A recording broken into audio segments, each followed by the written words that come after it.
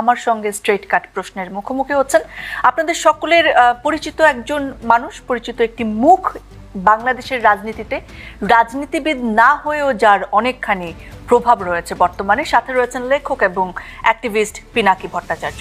ধন্যবাদ দাদা, দূরদেশে আছেন বলে আপনাকে আমাদের অনলাইনে যুক্ত করতে হয়েছে, সশরীরে পাইনি। এর কারণটা জেনেই শুরু করতে চাই আজকের আয়োজন। কেন দেশ ছাড়তে বাধ্য হয়েছেন যখন দেশকে নিয়ে এত ভাবনা আপনার, এত কিছু করতে চান আপনি, এত স্বপ্ন আপনার, কেন অ্যাসাইলাম প্রার্থী হতে হলো বিদেশে গিয়ে? 2018 সালে যখন নিরাপদ সড়ক আন্দোলন চলছিল, সেই সময় যেদিন শহীদুল আলমকে গ্রেপ্তার করা হলো আর কি, ওই দিন আমি সকালবেলা আমাকে ডিজিএফআই থেকে ডাকা হলো তাদের অফিসে যাওয়ার জন্য। এবং যিনি ফোন করেছিলেন উনি নিজের পরিচয় দেন মেজর ফারহান বলে, এবং আমাকে বলা হয় যে ভদ্রতা করি উনি প্রথম ফোনটা করেছিলেন, এবং বলা হয় যে আমাকে ডিজিএফআই অফিসে যেতে হবে। আমি জিজ্ঞেস করলাম যে কেন, আমি সিভিলিয়ান, ডিজিএফআই কেন আমাকে ডেকে? বলে আমাদের কিছু জরুরি আলাপ আছে আপনাদের সাথে, আপনার সাথে। বললাম আলাপ আছে, ঠিক আছে, ফাইন, আপনি আসেন, আমার অফিসে আসেন, আমার বাসায় আসেন, একটা কোনো নিউট্রাল জায়গায় আসেন। প্রথমে মনে হলো অ্যাপারেন্টলি সে দেখা করতে চায়, বললো যে আমরা একটু পরে জানাচ্ছি, আমার বসের সাথে আলাপ করে। একটু পরে 5 মিনিটের মধ্যে আমাকে ফোন করে খুব রূঢ় ভাবে তখন বলল আপনাকে আজকেই আসতে হবে এবং সন্ধ্যার আগেই আসতে হবে ডিজিএফআই অফিসে। তো আমি আমার বন্ধু বান্ধব, আমি যাদের সাথে হিউম্যান রাইটস অ্যাক্টিভিজম করতাম, তাদের সাথে কথা বললাম, এবং সবাই, এবং এর মধ্যে আছেন আজকের সরকারের মন্ত্রী মহোদয় শুভ্র ভাই, ওনারা সবাই বললেন যে আমি যেন না যাই ডিজিএফআই অফিসে এবং আমি যেন লুকিয়ে পড়ি। এবং আমি তখন থেকে লুকিয়ে পড়ি, এবং পরদিন আমার বাসায় ডিজিএফআই রেড করে, আমার অফিসে রেড করে ডিজিএফআই, আমি কোথায় এটা জানার জন্য। এবং আমি 5 মাস প্রায় আত্মগোপনে ছিলাম নানা জায়গায়, ঢাকা শহরেই। এবং তারপরে যখন নির্বাচনটা হয়ে গেল, তারপরে মনে করলাম যে আর থাকাটা অনুচিত, কারণ আমার বাসার সামনে তারপরে ডিজিএফআই গার্ড বসালো, সারাক্ষণ ধরে নজরদারি, এবং আমাকে খুঁজে বেড়াচ্ছে বিভিন্ন জায়গায়, আমি যে সমস্ত জায়গাগুলোতে যেতাম। তারপরে আমার দেশ ছাড়তে বাধ্য হওয়া, তাছাড়া তো ডিজিএফআই আমাকে ধরে নিয়ে যেত, এবং ওই সময় আমরা জানি যে ডিজিএফআই যাদেরকে ধরে তাদের বেশিরভাগই ফেরে না।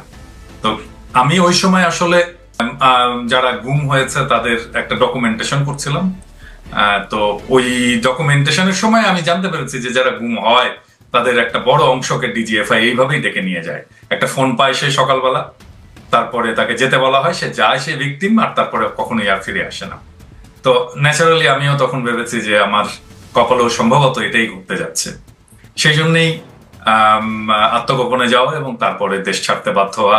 আর ফ্রান্সের কারণ হচ্ছে যে আমি তখন একটা ফ্রেঞ্চ হিউম্যান রাইটস অর্গানাইজেশনের সাথে কাজ করতাম, তারাই আমার আসার ব্যবস্থাটা করে দেয়, ভিসা টিসা যা, এবং আমার এখানে রাজনৈতিক আশ্রয় পাওয়ার জন্য তারা সর্বতভাবে আমাকে সাহায্য করে। দাদা, আপনি অ্যাক্টিভিজম করেন এবং সোশ্যাল মিডিয়া তার অন্যতম মাধ্যম, আপনি কন্টেন্ট ক্রিয়েশন করেন। তবে আপনার কন্টেন্টের ভাষা অত্যন্ত আক্রমণাত্মক, অত্যন্ত অশ্রাব্য ভাষায় গালাগাল করেন আপনি মাঝে মাঝে। এই পন্থা আপনি কেন বেছে নিলেন, বা এই পোর্ট্রেটটা কেন আপনি করতে চাইলেন? এইটার কি কোনো বাজে প্রভাব আমাদের সোসাইটিতে পড়ে বলে আপনি মনে করেন না? প্রথম বিষয়টা হচ্ছে যে বুঝতে হবে যে বাংলাদেশের যে দুর্দশা, এই দুর্দশার জন্য দায়ী কারা? এই দুর্দশার জন্য দায়ী হচ্ছে বাংলাদেশের এলিটরা, যারা রাষ্ট্র ক্ষমতায় থাকে এবং যারা সোসাইটিকে নিয়ন্ত্রণ করে, সোসাইটিকে কন্ট্রোল করে, যারা শিক্ষিত মানুষ। এবং দেখেন, এরাই বাংলাদেশের সম্পদটাকে বিদেশে পাচার করে, এবং সেই কারণেই বাংলাদেশের এত দুর্দশা। আপনি যদি সাধারণ মানুষের কথা বলেন, তারা কখনোই বাংলাদেশের সম্পদ কোথাও পাচার করেনি, বরং বাইরে থেকে উপার্জন করে দেশে নিয়ে আসে। এবং এরাই সেই মানুষ যারা বাংলাদেশের ইকোনমিটাকে বাঁচিয়ে রাখছে। বাংলাদেশের এলিটরা ইকোনমিতে একটা ফুটা পয়সা কন্ট্রিবিউট করে। বাংলাদেশের ইকোনমিতে তারাই কন্ট্রিবিউট করে যারা মেশিন চালায় গার্মেন্টসে, যারা ঠেলা ঠেলে, যারা রিক্সা চালায়, যারা শ্রমিক হাতুড়ি পেটায়, যারা বিল্ডিং তৈরি করে, যারা বাস চালায়, যারা টেম্পো চালায়, খেতে ফসল ফলায়, তারাই হচ্ছে বাংলাদেশের ইকোনমিক চালিকা শক্তি। এবং এরা বাংলাদেশের ইকোনমিকে দাঁড় করে রাখছে। কিন্তু তাদের উৎপাদিত যে সম্পদ, সেই সম্পদটাকে চুরি করে পাচার করে কারা? এলিটেরা। এই এলিটদের ভয় 3টা: একটা সম্মান হারানোর ভয়, একটা মাইর খাওয়ার ভয়, আর একটা সম্পদ হারানো।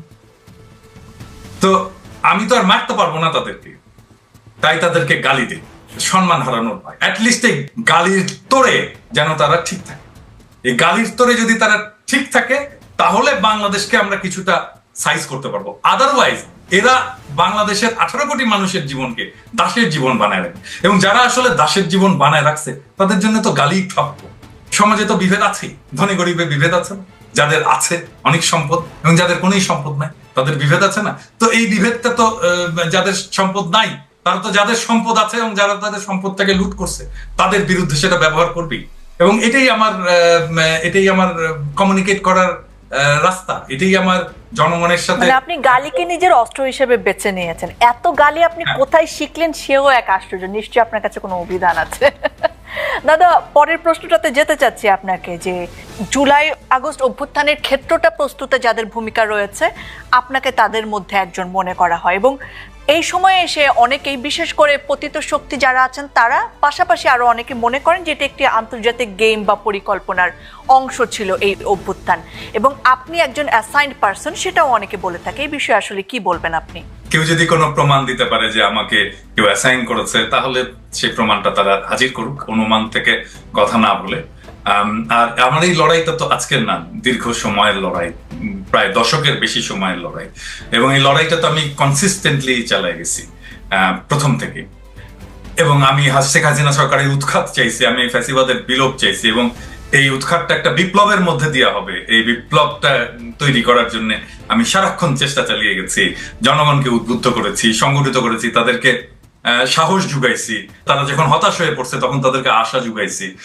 আমি এইভাবে আগাই গেছি, এবং এটা তো আমার ঘোষিত লক্ষ্য। এমন তো না যে আমি এটা হঠাৎ করে একদিন এটা আবিষ্কৃত হলো, তা তো না, এটা ঘোষিত লক্ষ্য। এই ঘোষিত লক্ষ্যটা আসলে কবে থেকে হলো এটাই একটুখানি জানতে চাই। আপনি গণজাগরণ মঞ্চের পেছনের একজন কারিগর ছিলেন, আপনি জামাতে ইসলামের রাজনীতির বিরুদ্ধে কথা বলেছেন, এবং আওয়ামী লীগের সাথে আপনার কখন আসলে এই দূরত্ব তৈরি হলো? আপনি কেন আসলে আওয়ামী বিরোধী মানুষ হয়ে উঠলেন? এটা কি এজন্য যে আপনার সঙ্গে তাদের কোনো দর কষাকষি মেলেনি, নাকি অন্য কোনো কারণ আপনি আবিষ্কার করেছিলেন একটা সময়ের পরে? 2013-তে 5ই মেতে যখন গণহত্যাটা হলো, হেফাজতের গণহত্যা কোনো আন্তর্জাতিক কোনো ইম্প্যাক্ট ফেলতে পারলো, এবং এটাকে মানুষ অনেকে জাস্টিফাই করলো যে এটা ঠিকই আছে। যেমন ধরেন প্রথম আলো, ডেইলি স্টার, তারা এমন ভাবে বললো ফ্ল্যাশ আউট করা হয়েছে ঢাকাকে, মানে পরিষ্কার করা হয়েছে, মানে আমরা টয়লেট ফ্ল্যাশ আউট করি ঠিক এইরকম ভাবে, মানে আমরা এমন আবর্জনা সরিয়ে দিয়েছি। তো এটা আমার জন্য একটা শক ছিল যে এটা একটা জেনোসাইড, আমরা বুঝতে পারছি একটা জেনোসাইড, এবং এই জেনোসাইডটাকে অস্বীকার কেন করা হচ্ছে এবং এটার পেছনে কারণটা কি। এবং তারপর থেকেই আমি আবিষ্কার করতে শুরু করলাম যে বাংলাদেশের ভেতরে যে দীর্ঘ সময়ের ইতিহাসে একটা ডিপ ইসলামোফোবিয়া, ইসলাম বিদ্বেষ এবং বাংলাদেশ থেকে ইসলামকে নিশ্চিহ্ন করার একটা প্রক্রিয়া যেটা চলমান আছে, সেটা আমার কাছে আস্তে আস্তে এটা পরিষ্কার হতে শুরু করলো। আমি তখন সিবিবি করতাম, তো আওয়ামী লীগের সাথে সম্পর্ক মানে সিবিবির সাথে আওয়ামী লীগের যে সম্পর্ক সেটাই আমার সাথে আওয়ামী লীগের সম্পর্ক ছিল। আওয়ামী লীগের বিরুদ্ধে কেন, আমি তো এখন বিএনপির বিরুদ্ধে বলি, তাই না? আমি আমার নিজের দল সিবিবির বিরুদ্ধে বলি, তাই না? মানে সিবিবির বিরুদ্ধে সবচেয়ে বড় ক্রিটিক তো আমি।